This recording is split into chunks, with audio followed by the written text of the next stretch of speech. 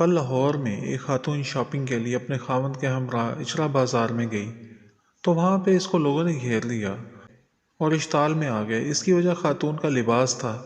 اس لباس پہ عربی زبان میں کچھ تحریر تھا۔ لوگوں نے اس تحریر کو قرآنی آیات سمجھا اور اس کی بے ادبی کرنے والی اس خاتون کو گھیرے میں لے لیا۔ خاتون بیچاری بہت پریشان ہوئی۔ اس نے انہیں بتانے کی کوشش کی کہ اس کا کسی قسم کی مذہبی توہین کرنے کا مقصد نہیں ہے، یہ سوٹ تو اس نے خریدا ہے، لیکن وہاں کوئی اسے سننے والا نہیں تھا۔ لوگ طرح طرح کی باتیں کر رہے تھے اور غصے میں تھے۔ اس سے قبل کہ اس کی جان کو خطرہ لاحق ہوتا، وہاں پہ ASP خاتون نے لوگوں کے اشتعال کو ٹھنڈا کیا اور اس خاتون کو بچا لیا۔ یہ لباس عربی برانڈ کا تھا اور اس پہ لفظ حلوہ تحریر تھا۔ حلوہ کا مطلب عربی زبان میں میٹھا، خوبصورت، دلکش اور بے مثال کا ہے۔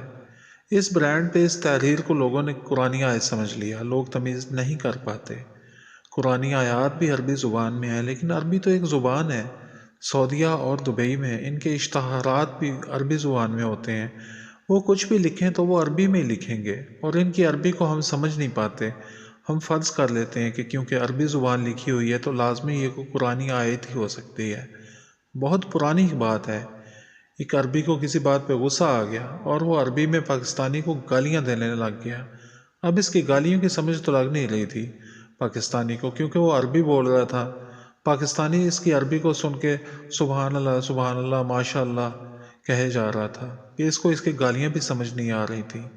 تو عربی زبان میں ہی ہم سے کچھ بھی کہیں تو ہم کیونکہ عربی زبان سے ناواقف ہیں، ہم تمیز نہیں کر پائیں گے کہ وہ قرآنی آیات سنا رہا ہے یا ہم سے بات کر رہا ہے۔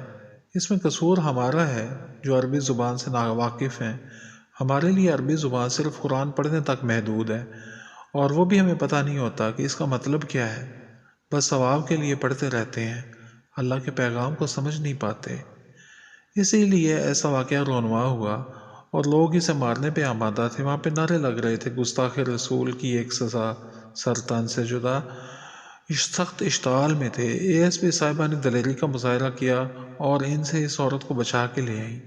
بچا کے لانے کے بعد اسے لوگوں سے محفوظ کرنے کے لیے ایک ویڈیو بھی منظر عام پہ آیا ہے جس میں وہ خاتون بھی ہیں، ASP صاحبہ بھی ہیں، ساتھ 2 مولوی صاحبان بھی ہیں۔ مولوی صاحبان یہ کہتے ہیں کہ ہم نے اس خاتون کو سمجھا دیا ہے، خاتون کی غلطی تھی کہ اس نے ایسا لباس پہنا، اب آئندہ وہ ایسا کبھی نہیں کرے گی، وہ اپنی غلطی پہ شرمندہ ہے اور اس نے معافی بھی مانگی ہے۔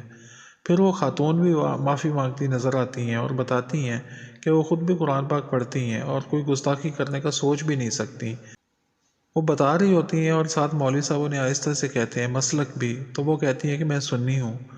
افسوس کی بات ہے کہ ہم میں شعور نہیں ہے۔ جذباتیت میں اگر ایک اور جان چلی جاتی تو اس کا ذمہ دار کون ہوتا؟